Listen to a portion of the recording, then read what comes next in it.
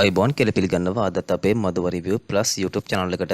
අද අපි අරගෙන ආවිලා තියෙනවා මේ අවුරුද්දේ අලුතෙන්ම තිරගත වුණ විජේ ඇන්තෝනිගේ ශක්ති තිරුමගම් කියන ටැමිල් මූවි එක. ඉතින් මේ මූවි එකේ කතාව මෙහෙමයි. කිට්ටු කියන්නේ හැමෝම දන්න ලේකම් බ්‍රෝකර් කෙනෙක්. ඒත් ගොඩක් කට්ටිය නොදන්න රහස්‍යගත නෙට්වර්ක් එකක් මේ කිට්ටුට තියෙනවා. ඉතින් මේ නෙට්වර්ක් එකෙන් රටේ විශේෂ මිනිස්සු ගොඩකට කිට්ටු කොමිස් වලට එක එක වැඩ කරලා දෙනවා. ඉතින් දවසක් කිට්ටු සල්ලි වලට ගොඩක් ආස වෙලා කරපු එක වැඩක් නිසා කිට්ටුගේ රහස් හැමදේම එළියට එනවා. ඒකෙන් එයාට ගොඩක් ප්‍රශ්න වලට මුහුණ දෙන්න සිද්ධ වෙනවා. ඉතින් මේ කිට්ටු කියන්නේ කවුද? ඇයි කිට්ටු මේ දේවල් කරන්නේ? කිට්ටු මේක නිසා මොන වගේ ප්‍රශ්න වලටද මුහුණ දුන්නේ? ඒ වගේම අන්තිමට කිට්ටුගේ ප්‍රශ්න වලින් බේරෙන්න පුළුවන් වුණාද? ඉතින් ඔයාලට මේ හැමදේම දැනගන්න නම් මේ වීඩියෝ එක අවසාන වෙනකම්ම බලන්න සිද්ධ වෙනවා. ඉතින් වීඩියෝට යන කලින් හැමදාමත් වගේ මතක් කරනවා ඔයාලට තාමත් අපේ මధుව රිවිව් ප්ලස් YouTube channel එක subscribe කරන්න මග හැරලා තියෙනවා නම් ඕම පොඩ පලින් පරීක්ෂා කරලා බලන්න subscribe button එක පේන තියෙනවද කියලා. ඒ වගේ button එකක් පේන තියෙනවා කියන්නේ ඔයා තාමත් අපේ මధుව රිවිව් ප්ලස් YouTube channel එක subscribe කරලා නැහැ කියන අදහසයි. ඒක නිසා දැන්ම subscribe button එක එකපාරක් click කරලා ඊට එහා පැත්තෙන් තියෙන bell icon එකත් all දාලා තියාගන්න. ඒ විදිහට කරත් එහෙම අපි මේ විදිහට දාන වීඩියෝස් ඔයාගේ ළඟට ගෙන්න ගන්න පුළුවන්.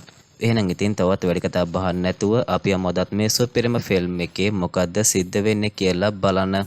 ඔන්න ඉතින් මේ කතාව පටන් ගන්නකොටම අපිට පෙන්නන්නේ 1989 සිද්ධ වෙන සිදුවීමක්. කම්පැනි එක වැඩ කරන කෙල්ලෙක්ව දූෂණය කරලා එල්ලලා මරලා තියෙනවා. ඒ වගේම මේ මැරුණ කෙල්ලට අතදරුවෙකුත් ඉන්නවා. ඊට පස්සේ මේ සිද්ධිය බලන්න ක්‍රයිම් සීන් එකට ඉන්ස්පෙක්ටර් එනවා. මේ කම්පැනි එකේ ඕන තමයි අභියන්කර් කියන්නේ. ඊට පස්සේ ඉන්ස්පෙක්ටර් අභියන්කරට කෝල් කරලා කියනවා මේ කෙල්ලව දූෂණය කරලා මරලා එල්ලලා දාලා තියෙන්නේ කියලා. ඒක නිසා දැන් මේ කෙල්ලගේ මරණ පරීක්ෂණයක් කරන්න වෙනවා කියනවා.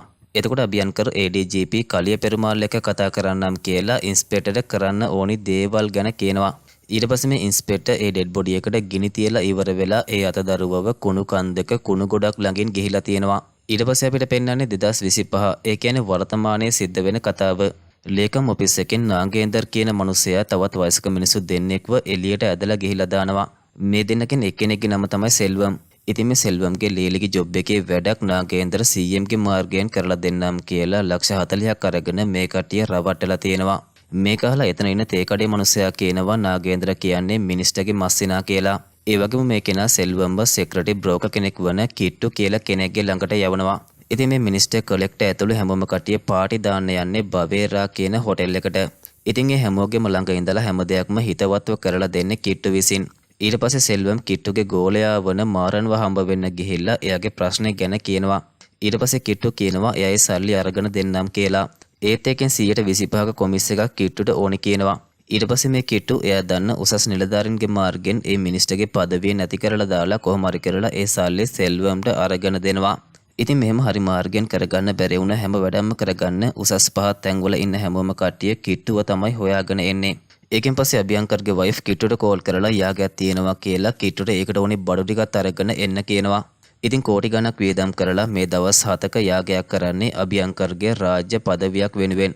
ඉන්ස්පෙක්ටර් වයි අභියන්කර් එයාගේ ගෝලියොත් එක්ක එයාගේ දේශපාලන ජීවිතේ ලෝකෙටම බලපාන විදිහ ගැන කියනවා. ඉතින් මේ අභියන්කර් AB Group of Industries එක තියාගෙන ඉන්නේ සමාජයේ නමක් තියාගන්න විතරයි. ඒකෙන් පස්සේ අපිට පෙන්වන්නේ කිට්ටු පාරායිනිත් ABB ඉන්න වෙලාවක එතන සිද්ධ වෙන රණ්ඩුවක් දකිනවා.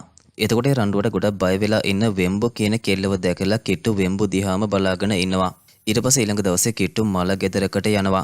ඉතින් ඒ ගෑනු ළමයා හුස්ම හිර වෙලා ස්විමින් pool එකේ මැරිලා හිටියා කියලා තමයි හැමෝම කට්ටිය කියන්නේ. ඒතේ ළමයාව ප්‍රින්සිපල් දූෂණය කරලා මරලා ස්විමින් pool එකට දාලා තියෙන්නේ කියලා කෙනෙක් ඇවිල්ලා කිට්ටුට කියනවා. ඉතින් ප්‍රින්සිපල් එයාගේ බලය පාවිච්චි කරලා මේ කට්ටියට මරණ පරීක්ෂණය කරන්නවත් ඉඩ දීලා නැහැ. ඒක නිසා මේ දේ දැනගත්තම කිට්ටුට ගොඩක් කේන්ති යනවා. ඉතින් මේ ප්‍රින්සිපල් අභියන්කර්ගේ මස්සිනා ඒ කියන්නේ අභියන්කර්ගේ නංගිගේ හස්බන්ඩ්. ඊට පස්සේ කිට්ටු කොහොම හරි ප්ලෑන් එකක් ගහලා ඉන්ස්පෙක්ටර් කෙනෙක්ගේ මාර්ගයෙන් වෙන කේස් එකකට අහු වෙලා ඉන්නේ කොල්ලෙක්ව හොයා ගන්නවා. ඒ වගේම ඒ වැඩේට කිට්ටු ඉන්ස්පෙක්ටරට සල්ලි දෙනවා. ඒ වගේම කිට්ටුවේ පුංචි කොල්ලටත් ලක්ෂ 50ක් දෙනවා. ඒ කොල්ල ආපහු අවුරුදු 7කින් හිරෙන් එළියට එනවා කියලා ඒ සල්ලි අම්මට ගිහිලා දීලා එන්න කියලා කිට්ටු කියනවා. ඊට පස්සේ ඒ කොල්ල ඉස්කෝලේට ගිහිල්ලා ප්‍රින්සිපල්ගේ රහස් ප්‍රදේශයේ කපලා දාලා ප්‍රින්සිපල්ව මරලා දානවා. ඉතින් ජාති ප්‍රශ්නයක් හින්දා එයා ප්‍රින්සිපල්ව මැරුවා කියලා තමයි ඒ කොල්ලා මීඩියා වලට කියන්නේ. ඉතින් අභියන්කරට බය වෙන ඉන්ස්පෙක්ටර් මේ නිවුස් එක දැකලා එයාට දුන්න සල්ලි ටික ආපහු කිට්ටුටම ගෙනලා දෙනවා. එතකොට කිට්ටු කියනවා අභියන්කර් එයාට බාර දුන්න වැඩක් තමයි එයා මේ විදියට කරේ කියලා. ඒක නිසා ඒ ගැන කාටවත් කියන්න එපා කියනවා. ඉතින් අභියන්කර් එයාගේ මස්සිනා නැති වුණ එකට ගොඩක් කවුලෙන් තමයි ඉන්නේ. මෙහෙම ඉන්නකොට එක දවසක් වෙම්බු වෙනවා කිට්ටුව හම්බ වෙන්න. වෙම්බුගේ ජොබ් එක නැති වුණා කියලා එයාට ජොබ් එකකුයි ඉන්න තැනකුයි ඕනි කියලා එයා කිට්ටුවට කියනවා. ඊට පස්සේ කිට්ටු එතනින්ම වෙම්බුට ඉන්න තැනක් හොයලා දීලා එයාගේ ඔෆිස් එකේම වෙම්බුට ජොබ් එකකුත් දෙනවා. ඉතින් මෙම කාලයක් ගත වෙලා යනකොට වෙම්බු වැඩ කරන පිළිවෙල දැක්කම කිට්ටුට වෙම්බු ගැන ලොකු කැමැත්තක් ඇති වෙනවා. එක දවසක් කිට්ටු එයාගේ ළඟ ඉතුරු කරලා තියෙන සල්ලි මන්දි කියලා මාරන්ට කියනවා. එතකොට එකවුන්ටන්ට් කිට්ටුට කියනවා කිට්ටුට පවුලක්වත් තිබ්බනම් ලේසියෙන් රජයට බදු ගෙවන්න නැතුව බේරිලා තව ගොඩක් සල්ලි ඉතුරු කරගන්න පුළුවන් කියලා. ඒක නිසා කිට්ටු අන්තිමට වෙම්බුව කසාද බඳිනවා. මේකෙන් පස්සේ අපිට පෙන්වන්නේ එක දවසක් දිල්ලි මැඩම්ගේ PA වන වෙක්කට මූර්ති කිට්ටුව හම්බ වෙන්න එනවා. මේ මූර්ති කියන්නේ දිල්ලි මැඩම්ගේ අක්කාගේ පුතා. මූර්ති කියනවා එයාගේ පුංචි මැති අම්මතිලත් එක්ක ගොඩක් hina වෙලා කතා කරනවා කියලා. ඒත් මූර්තිට ඒ වගේ සල්ලි නැති හින්දා පුංචි අවුරුදු ගාණක්ම එයාගෙන් වහලෙක් වගේ ගෙදර වැඩ ඔක්කොම කරගන්නවා කියනවා. ඉතින් මේ දිල්ලි මැඩම්ට ගමේ අක්කඩ 300ක ඉඩමක් තියෙනවා. ඒකෙන් ජපන් කම්පැනි එකක් සේල්ස් ප්‍රොජෙක්ට් එකක් කරන්න පටන් ගන්න තීරණය කරලා ඒකට කෝටි 800ක් දෙන්න කැමති වෙලා තියෙනවා. මූර්ති කියනවා එයාට නැති වුණ ගෞරවේ ආපහු අරගන්න ඕන නම් පුංචිගේ නමට තියෙන ඉඩම් අක්කර 300 මූර්තිගේ නමට එන්න ඕනේ කියලා. ඉතින් මේ වැඩේ කරලා දුන්නොත් මූර්ති කිට්ටුට කෝටි 200ක් දෙන්නම් කියනවා. ඒත් කිට්ටු කියනවා ඒ වගේ වටින ඉඩමක් එයාලා කොහොමත් විකුණන්නේ නැහැ කියලා. එහෙම විකුණුවත් ඒ ඉඩම අභියංකර වගේ කෙනෙකුට තමයි විකුණන්නේ කියලා එයා කවදාවත් ඒ ඉඩම මූර්තිට විකුණන්නේ නැහැ කියලා කිට්ටු කියනවා. ඒත් කිට්ටුට හිතුවත් කරන්න බැරි දෙයක් නැහැ කියන මූර්ති මේ වැඩේ ගැන පොඩ්ඩක් හිතලා බලන්න කියලා කිට්ටුට කියනවා. ඉතින් මේක කෝටි ගාණක් වටින වැඩක් හින්දා පොඩ්ඩක් try කරලා බලන්න කියලා මාරනොත් කිට්ටුට කියනවා. ඉතින් මේ ඉඩම් අක්කර 300 තියෙන තංජාවූරු වල. ඊට පස්සේ කිට්ටු තංජාවූරු වල XML ගේ විස්තර හොයලා ගන්නවා. ඉතින් එයාගේ ලොකු තාත්තගේ පුතා කදීරට තමයි එයාගෙන් පස්සේ හැම බලයක්ම තියෙන්නේ. ඊට පස්සේ කිට්ටු වෙම්බුගෙන් හනිමූන් යමුද කියලා අහලා වෙම්බුත් එක්ක තංජාවූරු වල XML ගේ ගෙදරට යනවා. ඉතින් එදා රෑ වෙලා මේ ගෙදර පුංචි පාටියක් තියෙනවා. මේ වෙලාවේ කිට්ටු ජපන් ප්‍රොජෙක්ට් එකට විරුද්ධව පෙස්සමක් ඉදිරිපත් කරලා ඒකෙන් කීයක් හරි හම්බ කරන්න බලන්න කියලා XML ව පොඩ්ඩක් අවුස්සනවා. ඒත් ඒ වෙලාවේ එයා කිට්ටු කියන දේ ගණන් ගන්නේ නැහැ. ඒත් ඉතින් අනිත් දවසේම XML ඒ ජපන් කම්පැනියට විරුද්ධව පෙත්සමක් ඉදිරිපත් කරනවා. කිට්ටු එතකොට එතෙන්ට මීඩියා වලින් ගෙන්නලා ඒක ලොකු නිවුස් එකක් කරනවා. ඊට පස්සේ කිට්ටු කදීරට කියනවා MLA ගෙන් පස්සේ වැඩි බලයක් තියෙන්නේ කදීරට කියලා එයා මිනිස්ටර්ගේ PAට කියලා තියෙන්නේ කියලා. ඒක නිසා එයාලා කවුරු හරි කතා කරොත් හරියට කතා කරන්න කියනවා. ඉතින් ඊළඟ දවසේ මේ XMLA ගේ කේස් එක ගැන අහලා කිට්ටුට චීෆ් සෙක්‍රටරිගෙන් කෝල් එකක් එනවා. එතකොට MLA පක්ෂයෙන් අයින් වෙන්න ප්ලෑන් කරනවා කියලා කතාවක් තියෙන්නේ කියලා කිට්ටු කියනවා. ඒ වගේම ඕන්නම් ඒ ගැන කදීර්ගෙන් අහලා බලන්න කියනවා. ඊට පස්සේ සෙක්‍රටරි ඒ ගැන කදීරට කෝල් කරලා අහනවා. ඊට පස්සේ ආ දිල්ලි මැඩම්ට කතා කරලා කියනවා ඒ MLA පක්ෂයෙන් අයින් වෙන්න හදලා තමයි එයාලගෙන් බොරු කේස් එකක් දාලා සල්ලි කඩා ගන්න හදලා තියෙන්නේ කියලා. ඊට පස්සේ මේ කේස් එක නිසා ඒ පක්ෂයෙන්ම MLAව අයින් කරන්න හදනවා. ඊට පස්සේ කිට්ටු මූර්තිට කෝල් කරලා කියනවා හෙට උදේ වෙනකොට ඒ ඉඩම මූර්තිගේ නමට මාරු කරලා දෙන්නම් කියලා. ඒකට මූර්තිට කදීර එක කතා කරලා පැය භාගයක් ඇතුළත XMLAව මරන්න කියනවා. ඉතින් කදීරුත් ඒ විදිහටම කට්ටිය ධම්මලා ඒ LAව මරලා දානවා. ඊට පස්සේ පොලිසිය එද්දි කිට්ටුලා හිටියොත් කිට්ටුට ප්‍රශ්නයක් වෙයි කියලා පොලිසිය එන්න කලින් කදීර් කිට්ටුව එහෙන් යවනවා. ඉතින් MLA මැරුණා කියලා දැනගත්තම දිල්ලි මැඩම් ඒකට ගොඩක් අවුල් ගහනවා. ඊට පස්සේ එයා අභියංකරට කෝල් එකක් අරගෙන එයාට ඉඩම තවත් තියාගන්න බෑ කියලා ඒක අභියංකර්ගේ නමට මාරු කරන්නද කියලා අහනවා. ඒත් ඉතින් අභියංකර ඒකට කැමති වෙන්නේ නැහැ. අභියංකර කියනවා ඒකට වෙනම බිනාමි කෙනෙක් හොයාගමු කියලා. ඊට පස්සේ දිල්ලි මැඩම්ගේ කීමෙන් පිට යන්නේ නැති මූර්තිගේ නමට తాවකාලිකව ඒ ඉඩම ලියලා දෙමු කියලා අභියංකර එයාට කියනවා. ඒ අනුව වෙන කරන්න දෙයක් නැතිම හින්දා ඊළඟ දවසේම දිල්ලි මැඩම් ඒ ඉඩම මූර්තිගේ නමට ලියලා දෙනවා. ඒක නිසා මූර්ති කිට්ටුට දෙන්නම් කිව්ව කෝටි 2 කොමිස් මුදලත් එයා කිට්ටුට ගෙනලා දෙනවා. කොහොම වුණත් ඉතින් මොනවා හරි නරක දෙයක් සිද්ධ වෙන්න යනවා කියලා දැනුණු හින්දා කිට්ටු ඉන්නේ පොඩ්ඩක් අවුලෙන්. මේ වෙලාවේ වෙම්බු එයා ප්‍රෙග්නන්ට් වෙලා ඉන්නේ කියලා කිට්ටුට කිව්වත් කිට්ටුට ඒකෙන්වත් කිසිම සතුටක් දැනෙන්නේ නැහැ. ඉතින් මෙහෙම ටික දවසක් ගත වෙලා යනකොට දිල්ලි මැඩම්ට මේ එකපාරටම සිද්ධ වෙන දේවල් ගැන සැකයක් ඇති වෙලා එයා අභියංකරට කෝල් එකක් අරගන්නවා. එයා කියනවා අවුරුදු 25ක් එයාගේ ළඟ බල්ලෙක් වගේ හිටිය MLAම එයාට විරුද්ධ වුණ එක එයාට හිතා ගන්න බෑ කියලා. එයාට මුණ දෙන සිද්ධ වුණ සිටුේෂන් එක අන්තිමට එයාගේ ඉඩම් එයා ගණන් ගන්නවත් නැති මූර්තිගේ නමට ලියලා දෙන එක වෙනකම්ම මේ දේවල් දුරදිග ගියේ කොහොමද කියලා දිල්ලි මැඩම්ට හිතා ගන්නවත් බෑ. ඉතින් මේ දේවල් අහලා අභියංකර දිල්ලි මැඩම්ට කියනවා ජපන් ප්‍රොජෙක්ට් එකම ක්ලයන්ට් කරලා දාන්න කියලා. මහජනතාවට නරක දෙයක් සිද්ධ වුණොත් පිටරට ප්‍රොජෙක්ට් එකක් වුණත් අතාරින කෙනෙක් තමයි දිල්ලි මැඩම් කියන්නේ කියලා මිනිසුන්ට දැනගන්න දෙන්න කියලා අභියංකර කියනවා. ඒක නිසා දිල්ලි මැඩම් ඊළඟ දවසේම ප්‍රෙස් මීටින් එකක් තියලා එයා ජපන් ඩීල් එක ඩික්ස්ලයින් කරපු එක ගැන කියනවා. මේක නිසා අවුලෙන්ම මූර්තිය ඇවිල්ලා කිට්ටුට කියනවා දැන් ඒ ඉඩමේ වටිනාකම ඇර එයාට වෙන මොකුත්ම වාසියක් නැහැ කියලා. ඒක නිසා එයා දුන්න කොමිස් සල්ලි වලින් කිට්ටුට පුංචි ගාණක් අරගෙන ඉතුරු සල්ලි එයාට ආපහු දෙන්න කියනවා. ඉතින් කිට්ටුත් ඒ වෙලාවෙම මූර්තිට ඒ කොමිස් සල්ලි ටික දෙනවා. ඉතින් දවසක් මූර්තිගේ සල්ලි වගේක් ඉල්ලපු ගමන් කිට්ටු එයාට ලොකු ගාණක් එවෙලෙම දුන්න කතාව අභියංකරට කෙනෙක් කියනවා. ඒ වගේම තංජාවූරු වල XMLAව මරපු වැඩෙත් මේ කිට්ටුගේ වැඩක් කියලා මේ කට්ටිය කතා වෙනවා. එතකොට තමයි අභියංකරට තේරුම් යන්නේ ප්ලෑන් කරලා දිල්ලි මැඩම්ගේ ඉඩම් මාරු කරන්නත් ඇත්තේ කියලා මේ කිට්ටු කියලා. ඒත් ඉතින් සාමාන්‍ය බ්‍රෝකර් කෙනෙක් ඒ වගේ දෙයක් කරේ කොහොමද කියලා තමයි අභියංකරට හිතා ගන්න බැරි. ඊට පස්සේ අභියංකර් PAට කියනවා ටාස්ක් ෆෝස් එකේ හෙඩ් ශර්මට කියලා දැම්ම ඔෆිසර් රාම් පණ්ඩිතුව එවන්න කියන්න කියලා. ඊට පස්සේ අභියංකර් රාම්ට කියනවා එයාගේ සෙක්‍රටරි එකේ කිට්ටුගෙන් වැඩ ගත්ත වගේම වැඩ දුන්නාගේ විස්තර වගේම ඒ වගේම කිට්ටු ගත්ත කොමිස් ලිස්ට් එකත් එයාට ඕනි කියලා. ඒක නිසා රාම්ට ටීම් එකක් හදාගෙන ඒ විස්තර හොයන්න කියනවා. ඉතින් මේ විදිහට කිට්ටු ගැන විස්තර හොයනකොට අභියංකර දැනගන්නවා IGගේ ට්‍රාන්ස් එකත් හදලා දීලා තියෙන්නේ කිට්ටු කියලා. කිට්ටුට ඒ තරම්ම බලයක් ආවේ කොහොමද කියලා අභියංකර එතෙන්ට මාරන්ව ගෙන්නන්න කියනවා. එතකොට මාරන් එයාට CM සෙල් එකට එන්න කියලා කෝල් එකක් ආවා කියලා ඒ ගැන කිට්ටුට කෝල් කරලා කියනවා. එතකොට ආයෙන කෝල් වලට ආන්සර් කරන්නේ නැතුව මාරන්ට ගෙදර එන්න කියලා කිට්ටු කියනවා.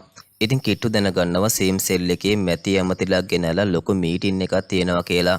ඒත් CM මේ වෙලාවේ ගෙදර ඉන්නේ කියලා දැක්කම කලබල වෙන කිට්ටු වෙම්බුව වෙන කෙනෙක් එක්ක වෙන ගමකට යවනවා. ඉතින් අභියංකර කිව්ව විදිහටම රාම් පොලිස් ටීම් එකක් හදලා කිට්ටුගෙන් වැඩගත්ත වගේම එයාට වැඩ දුන්න කට්ටියව හම්බ වෙලා ඒ කට්ටියගෙන් කට උත්තර අරගන්නවා. එතකොට ඒ කට්ටිය දැනගන්නවා කිට්ටු මේ වගේ කෝටි 6236ක ගාණක් හොයලා තියෙනවා කියලා. ඒත් ඉතින් කිට්ටු ගොඩක්ම මේ විදිහට වැඩ කරලා තියෙන්නේ එයාගේ නම ගෑවෙන්නේ නැති වෙන්න. රාම් අභියංකරට කියනවා අභියංකරගේ නංගිගේ හස්බන්ඩ්වත් ප්ලෑන් කරලා මරලා තියෙන්නේ කිට්ටු කියලා. ඒක ඇහුවට පස්සේ අභියංකරට කිට්ටු ගැන තියෙන කේන්තිය තවත් වැඩි වෙනවා. ඊට පස්සේ රාම්ගේ ටීම් එක කිට්ටු ළඟ වැඩ කරන දෙන්න මාරන් වෙම්බු වගේම කිට්ටු කියන මේ හැමෝම කට්ටිය අල්ල ගන්නවා. ඊට පස්සේ කිට්ටුට පහර දීලා IG අහනවා ජීවිතේ බේර ගන්න ඕන නම් ඒ කෝටි 6236 තියෙන්නේ කොහෙද කියලා කියන්න කියලා. එතකොට කිට්ටු කියනවා එයාට FIR එකක් දැම්මොත් ඒ ගැන කියන්නම් කියලා. එතකොට මෙතෙන්ට අභියංකර ඇවිල්ලා කිට්ටුට පහර දීලා මරන්න හදනවා. ඉතින් එතකොට තමයි අපිට පෙන්වන්නේ කතාව පටන් ගන්නකොටම කුණු කන්දලඟ දාලා ගියපු පුංචි දරුවා තමයි මේ කිට්ටු කියලා. ඊට පස්සේ පොලිසිය කට්ටිය කිට්ටුගේ මිනිසුන්ට පහර දීලා වෙම්බුඩත් හොඳටම වද දීලා ඒ සල්ලි කොහෙද තියෙන්නේ කියලා අහනවා. ඊට පස්සේ මේ කට්ටිය ඒ සල්ලි ඔක්කොම හොයන්න පටන් ගන්නවා. එතකොට මේ කට්ටිය හොයා ගන්නවා ලෝන් අරගෙන ගෙවා ගන්න බැරුව ඉන්න මිනිස්සු ගොඩකගේ ණය කෝටි ගාණක් කිට්ටු මේ සල්ලි වලින් NGO එකක් මාර්ගයෙන් ගෙවලා තියෙනවා කියලා. ඒ වගේම තමිල්නාඩුවේ රජයේ මෝචරි වලට එන අනාථ මලසිරුඩු වල අවසන් කටයුතු කිට්ටු සොහොන් 3කදී එයාගේ වියදමින් කරලා තියෙනවා. ඒ වගේම මේ සොහොන් වල වැඩ කරන හැමෝටම කිට්ටු සල්ලි ගෙවලා තියෙනවා. ඒ වගේම ෆේක් ඉන්ෂුරන්ස් එකක් මාර්ගයෙන් කිට්ටු අසරණ වෙලා ඉන්න දීවරයින්ට උදව් කරලා තියෙනවා. දුප්පත් මිනිසුන්ට දරා ගන්න බැරි මෙඩිකල් වියදම් වලට කිට්ටු උදව් කරලා තියෙනවා. කොලේජ් ෂීට් හම්බ වුණේ නැති ළමයින්ට කොලේජ් ෂීට් අරගන්න කිට්ටු උදව් කරලා තියෙනවා. ඉතින් මේ වගේ රජය අතෑරලා දාපු මිනිස්සු ගොඩකට කිට්ටු ඒ සල්ලි වලින් ගොඩක් උදව් කරලා තියෙනවා කියලා රාම් දැනගන්නවා. ඉතින් මේ කට්ටියට තේ කඩකාරයාගේ ගෙදර තිබිලා මයිලාඩුපුරේ වලදී අරගත්ත ෆොටෝ එකක් හම්බ වෙනවා. ඊට පස්සේ රාම් කිට්ටුගෙන් අහනවා කිට්ටු කියන්නේ කවුද කියලා. එතකොට තමයි අපිට ආපහු පෙන්නන්නේ 1989 මයිලාඩුපුරේ ගමේ කතාව. ඉතින් පුරුෂෝත්තර කියන මනුස්සයා ගමක බිත්තිවල මොටිවේෂන් වදන් ලියන නිසා මිනිස්සු එකතු වෙලා එයාව එලවනවා. ඒකෙන් බේරිලා දුවපු පුරුෂෝත්තර දකිනවා කුණු ගොඩක දාලා ගිහිලා තියෙන අතදරුවෙක්ව. ඒක නිසා පුරුෂෝත්තර ඒ ළමයාව අරගෙන ගිහිලා හදා ගන්නවා. ඉතින් ඒ ළමයා තමයි කිට්ටු කියන්නේ. ඉතින් මේ පුරුෂෝත්තර සමාජයේ හැටි මිනිසුන්ගේ හැටි වගේම හොඳ කෙනෙක් විදිහට ජීවත් වෙන්නේ කොහොමද කියලා පුංචි කාලේ ඉඳලම කිට්ටුට කියලා දෙනවා. ඉතින් මෙහෙම ඉන්නකොට එක දවසක් පුරුෂෝත්තර කිට්ටුගෙන් අහනවා කිට්ටු ලොක්කෙක් වුණොත් මොනවද කරන්න කියලා. එතකොට කිට්ටු කියනවා එයා දුක් විඳින කට්ටියට උදව් කරනවා කියලා. ඒත් කිට්ටු හිතන තරම් ලේසියෙන් ලොක්කෙක් වෙලා අසරණ මිනිසුන්ට උදව් කරන්න බෑ කියලා පුරුෂෝත්තර කියනවා. ඉතින් කිට්ටුගේ අම්මගේ මර්ඩර් කේස් එක අවුරුදු 8ක් ගිහිල්ලත් මේ පාරත් උසාවියෙන් කල් දානවා. ඉතින් අභියංකර්ගේ බලය පාවිච්චි කරලා තමයි මේ නඩුව මෙහෙම දිගටම කල් යන්නේ. ඒක නිසා උසාවියෙන් යන අභියංකරව පෙන්නලා පුරුෂෝත්තර කිට්ටුට කියනවා එයාගේ මූණ හොඳට මතක තියාගන්න කියලා. කිට්ටුගේ අම්මා මැරුණේ එයා වැඩ කරපු තැන මැනේජර්ස්ලා නිසා නෙමෙයි ඒ හැම දෙයක්ම පිටිපස්සේ ඉන්නේ අභියංකර් කියලා පුරුෂෝත්තර කියනවා. දැනට දුර ඉඳන් මෙච්චර දෙයක් කරන අභියංකර් තව අවුරුදු 30ක් යනකොට මුළු ඉන්දියාවම එයාගේ පාලනයට අරගනී කියලා පුරුෂෝත්තර කියනවා. ඊට පස්සේ අපිට පෙන්වන්නේ 2004 සිද්ධ වෙන කතාව. කෝවිලේ බිත්තියේ වදන් වගේ ලිව්ව එකට පොලිසිය පුරුෂෝත්තරව අරගෙන ගිහිල්ලා එයාට පහර දීලා මරලා දානවා. ඉතින් ඒකෙන් පස්සේ දන්න කෙනෙක් කිට්ටුව එක් කරගෙන ගිහිල්ලා මැඩ්‍රාස් වල MLA එකේ හොස්ටල් එකේ ක්ලීනින් වැඩවලට දානවා. මෙහෙම තමයි ටිකෙන් ටික කිට්ටු සෙක්‍රටරි බ්‍රෝකර් කෙනෙක් වෙලා තියෙන්නේ. ඊට පස්සේ අපිට පෙන්නන්නේ 2025 නැෂනල් ඉන්ටෙලිජන්ස් ග්‍රයිඩ් එකට යන රාම්ව. ඉතින් රාම්ට මාස 6ක් ගත වෙලා ගියත් කිට්ටුගේ අතීතය ගැන කිසිම තොරතුරක් හොයාගන්න බැරි වෙලා තියෙනවා. එයාගේ ළඟ තියෙන කිට්ටු පුංචි කාලේ පුරුෂෝත්තරත් එක්ක එයාලගේ තේ කඩේ ඉස්සරහ අරගත්ත ෆොටෝ එකක් විතරයි. ඊට පස්සේ රාම් කිට්ටුට කියනවා තව අවුරුදු 6ක් ගෙවිලා ගියත් කිට්ටුට මේ වගේ මෙතෙන්ට වෙලාම ඉන්න වෙන්නේ කියලා. මෙතනින් බේරෙන්න ඕන නම් සල්ලි තියෙන තැන ගැන එයාට කියන්න කියනවා. ඉතින් ඒ වෙලාවේ කිට්ටුට ප්‍රෙග්නන්ට් වෙලා ඉන්න වෙම්බුවත් මතක් වෙනවා. ඒක නිසා අන්තිමට කිට්ටු සල්ලි හංගලා තියෙන ලොකේෂන් එක රාම්ට දෙනවා. ඊට පස්සේ මේ කට්ටිය කුණු ගොඩක් යට හංගලා තිබ්බ ඒ සල්ලි පෙට්ටිය ටික හොයා ගන්නවා. ඉතින් ඒකේ තිබිලා මේ කට්ටියට කෝටි 5387ක් හම්බ වෙනවා. ඒකෙන් පස්සේ අභියංකර කිට්ටුව බලන්න යනවා. එහෙම කියලා රජයේ මිනිස්සුන්ට කරන්න ඕනේ හොඳ වැඩ කිට්ටු කරන්න ගියේ ඇයි කියලා අභියංකර කිට්ටුගෙන් අහනවා. ඒ වගේම කිට්ටු වගේ තව කී දෙනෙක් ආවත් එයාට මුකුත් කරන්න බෑ කියලා මේක එයාගේ තැන කියලා අභියංකර කිට්ටුට කියනවා. ඒක නිසා එයාව අල්ලන්න හදන කට්ටිය විනාශ වෙලාම යනවා කියලා අභියංකර කියනවා. ඊට පස්සේ මේ කට්ටිය කිට්ටුට හොඳටම පහර දෙනවා. ඊට පස්සේ කිට්ටුගේ නමට කේස් 167ක් දානවා. අන්තිමට එකෙන් කිට්ටුට ඇප හම්බ වුණත් එයාගේ නමට කේස් ගොඩක් තියෙන හින්දා හැමදාම එක එක උසාවි වලට එයාට යන්න සිද්ධ වෙනවා. මේක නිසා කිට්ටුට සමාජයෙන් හැංගිලා වගේ තමයි අන්තිමට ජීවත් වෙන්න සිද්ධ වෙන්නේ. ඉතින් කිට්ටුගේ ළඟ දැන් සල්ලි නැති හින්දා කිට්ටුගේ ගෝලයක් එයාට වියදමට සල්ලි වගේක් ගෙනල්ලා දෙනවා. ඊට පස්සේ ආපහු වෙම්බුත් කිට්ටුගේ ළඟට එනවා. රාම් අභියංකරට කියනවා එයා සාක්ෂි ටික බාර දෙන්න යන්නේ කියලා. ඒක නිසා කිට්ටුට අවුරුදු 10ක්ම දවස ගානේ එක එක දිස්ත්‍රික්කවලට ඇවිදලාම ජීවිතේ ගෙවිලා යයි කියනවා. ඉතින් කිට්ටු මේ විදිහට දවස ගානේ එක එක පොලිස් ස්ටේෂන් වලට යනකොට එක පොලිස් ස්ටේෂන් එක හිටිය සතුරු ඉන්ස්පෙක්ටර් කෙනෙක් කිට්ටුට හොඳටම අපහාස කරනවා.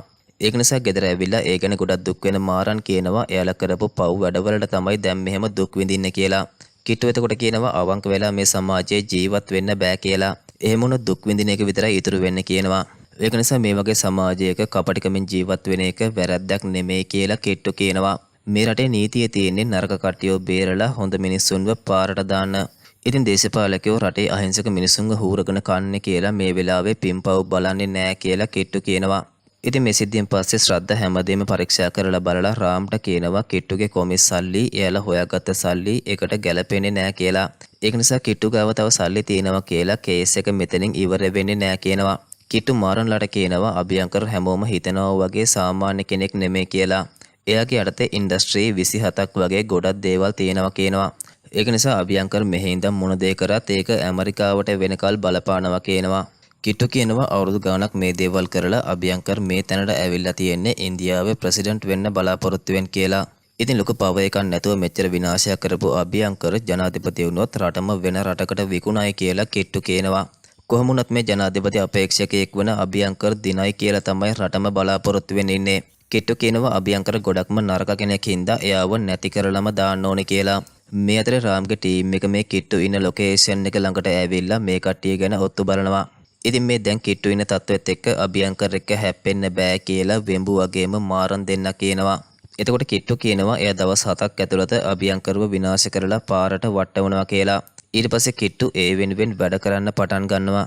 කොහොම වුණත් ඉතින් කිට්ටු හොඳටම දන්නවා රාම්ගේ ටීම් එක එයාව ෆලෝ කරනවා කියලා. ඒක නිසා ඒ කට්ටියට සැක හිතෙන්නේ නැති වෙන්න තමයි කිට්ටු මේ හැම දෙයක්ම ප්ලෑන් කරලා තියෙන්නේ. ඊට පස්සේ ලොකු නෙට්වර්ක් එකක් පාවිච්චි කරලා කිට්ටු බිට්කොයින් වලින් කෝටි 197ක් උපයනවා.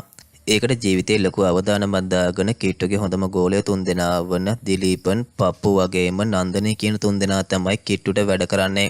ඉතින් අභියංකර් යාළුවන්ට කියනවා මේ වගේ රටක දුප්පත් මිනිස්සු ජීවත් වෙන්න හොඳ නෑ කියලා.